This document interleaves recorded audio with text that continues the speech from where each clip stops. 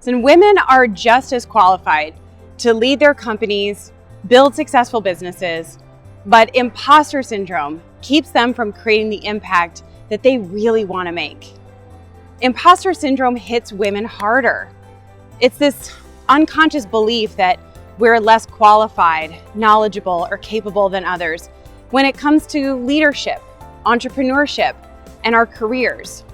And these feelings of inadequacy or not enough keep women stuck questioning themselves, relying on outsiders to tell them what they should do to succeed. And often, the business, career, and leadership advice that men offer is out of alignment for most women. Then women are left with an even deeper sense of questioning themselves when it comes to making decisions and taking action. And then when women aren't trusting themselves, they're questioning their decisions. They're thinking they need more qualifications before they can be successful. And they end up getting sold to by marketers who prey on those vulnerabilities. Last year, I was in a business coaching program for 6 months, and I really didn't get what I needed. And I decided that I wouldn't renew. In fact, my intuition told me not to renew.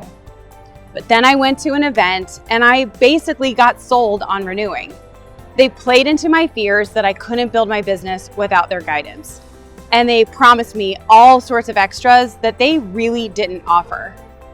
I was made to feel like I didn't know enough and that I couldn't trust myself to build my business the way I wanted.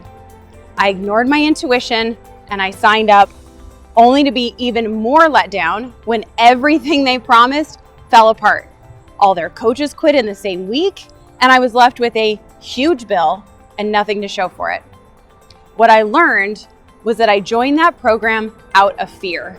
I didn't trust that I could build my business without their help, and I didn't listen to my own intuition. I got caught up in imposter syndrome, thinking others had the answers and that I wasn't capable of doing this on my own. You know, for some, imposter syndrome is like that. It's like not listening to or trusting your instincts. And for others, it just means getting more certifications, more degrees, doing more to feel more qualified instead of just trusting they know enough and taking imperfect action in their work life. They're wasting time gathering more proof that they're good enough when they could be taking action and doing more good things for their communities.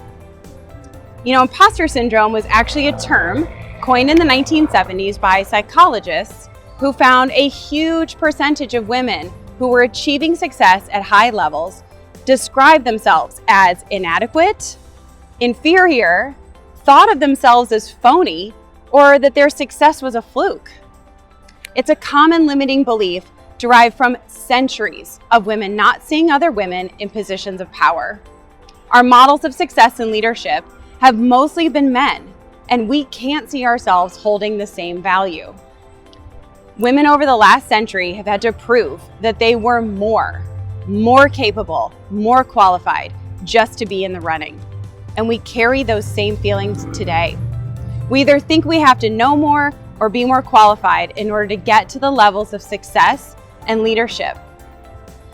But what if you decided that you were enough, that your life experience and the knowledge you already have is enough for you to take action and create the business, career, health, and relationships you want? What if you became the leader that the next generation used as evidence of their own ability to choose success on their own terms? What would it be like to trust yourself, tune into your intuition, and take action that feels good for you? Well, when women are deeply connected to their intuition, they trust themselves.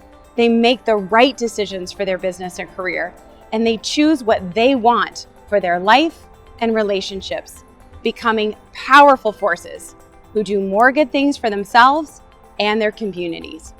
The imposter syndrome falls away and is replaced by true confidence that comes from trusting yourself. They stop thinking they're not enough, and they start embracing their power.